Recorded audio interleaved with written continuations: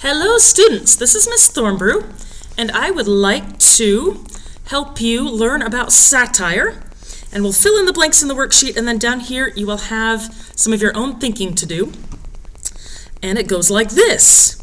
Satire is defined as saying something ridiculous, totally nonsensical, exaggerated, silly, but you say it with a straight tone of voice, as if it's the gospel truth, okay, as if it's a news report. Saying something ridiculous with a straight tone of voice. Why would people want to do this? Well, you might want to do it to be lighthearted and funny and kind of poke fun at, aren't those people silly? We laugh at them, ha ha ha. This is known as Horatian satire. Because way back when there was a Roman guy named Horace. He lived in 65 BCE. He playfully criticized social vices. He was gentle, mild, light-hearted, kind of sympathetic toward the victim. Oh, aren't old people sweet? Losing their teeth all the time. Ha ha ha. Aren't they funny when they fall down and can't get up? It's pretty lighthearted, that sort of thing. And an example of Horatian satire, I don't watch much of The Simpsons, but every time I Google it, that's what comes up as an example of satire. That's, it's funny, sometimes a little mean-spirited, but not bad. It pokes fun in a lighthearted way. However, satire can also be bitter, biting, ugly, okay, to be bitterly critical of something. This is known as Juvenalian satire. Juvenal was another Roman guy. He lived in the late 1st century, so like in the 100s.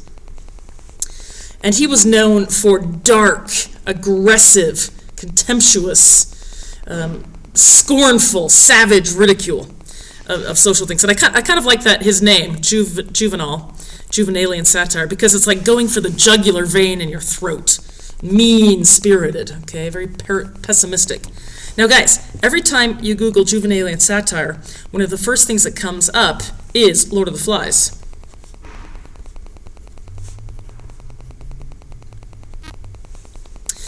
And the reason, it's weird, because it's not funny. Lord of the Flies is not funny.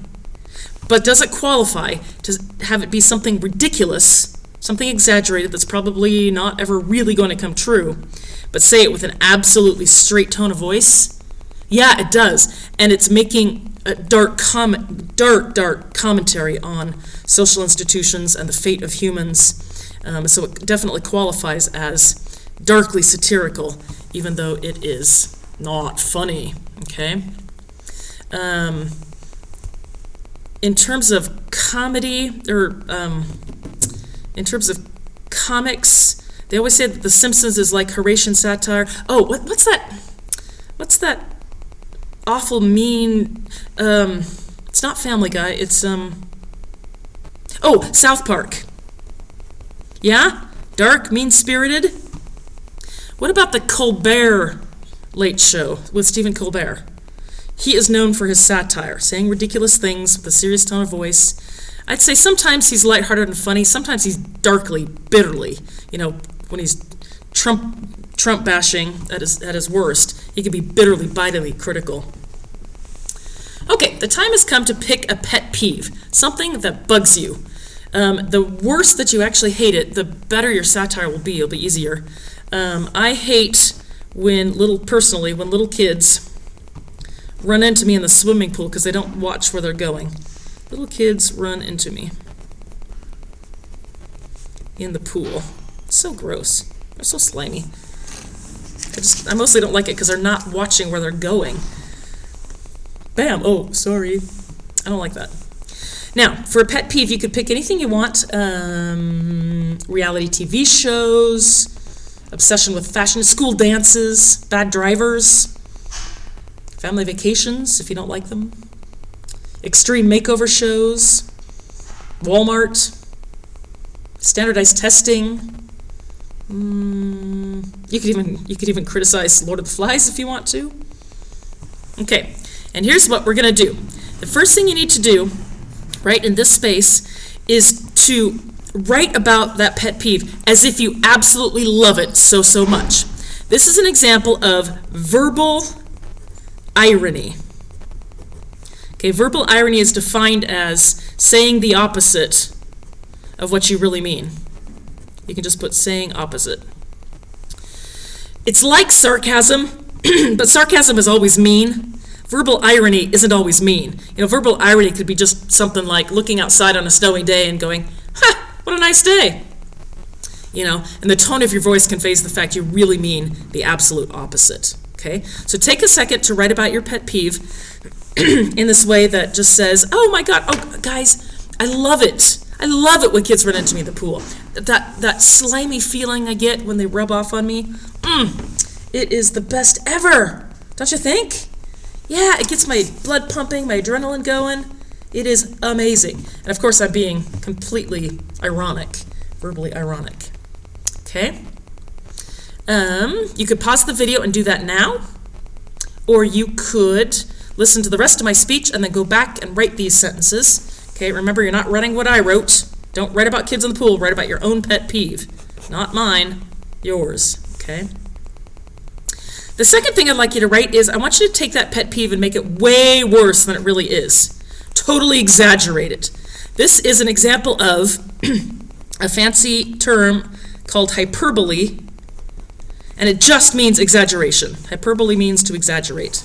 Okay, so just make it way worse. What if you're trying to describe a doctor's office visit?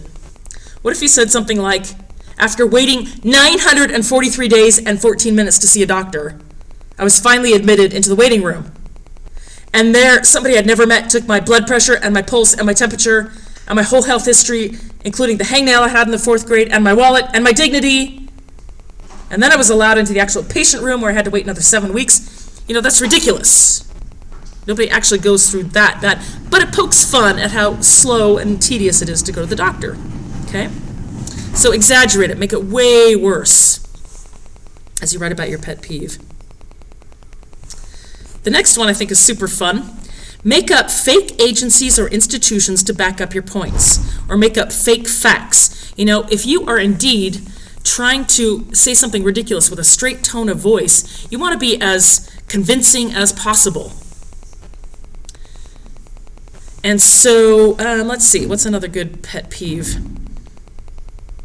Oh, how about like overly protective sports parents that, just are all about, overly zealous to make sure their kids are out there on the sports.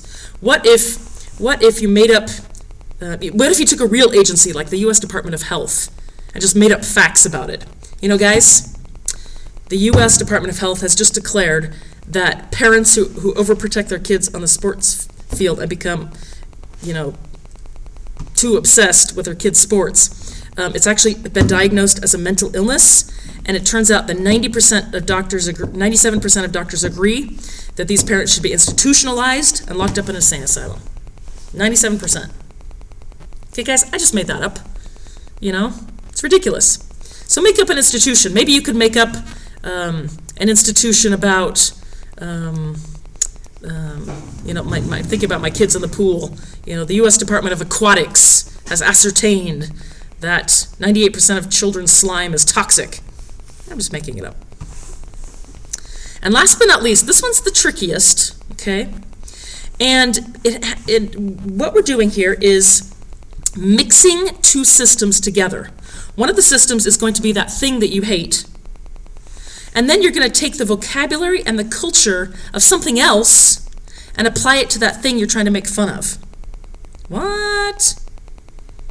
Okay. What if, for example, I took all the vocabulary and culture of the Italian mafia and I applied it to school teachers? And I wrote a little satire piece that was something like, after school, teachers slip into their real accents and they meet in the hallways and they're like, "Hey, Luigi, I'll trade you that kid that spits all the time. I'll trade you for 2 of your kids that throw things. Yeah, that's a good deal." And you can make them do trading office supplies on the black market or something like that.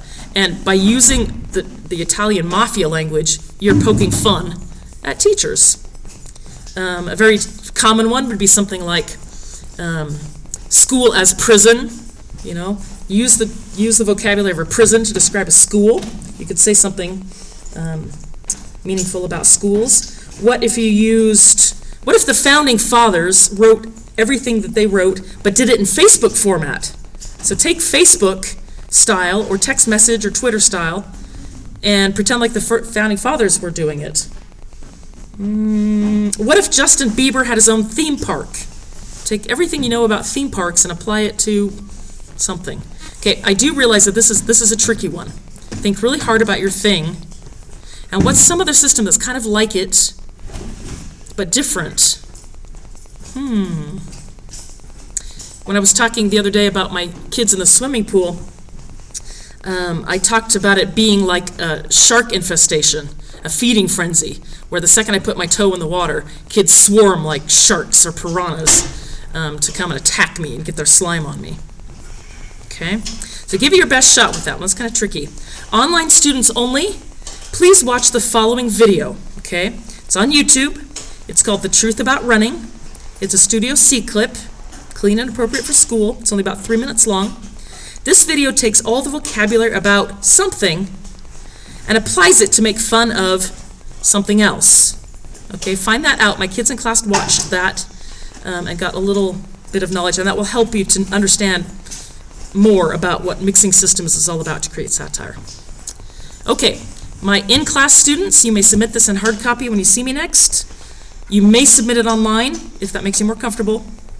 And then, of course, online students, you're welcome to, in fact, online kids, you can either take a picture of it and upload it, or you can submit just the answers. If you don't have a printer or you don't have a camera, just write down the answers on a piece of paper. Look, right here I wrote the word ridiculous. I don't need the worksheet. I just need your answers. That would be fine. Okay? Any questions, let me know, and have a good weekend.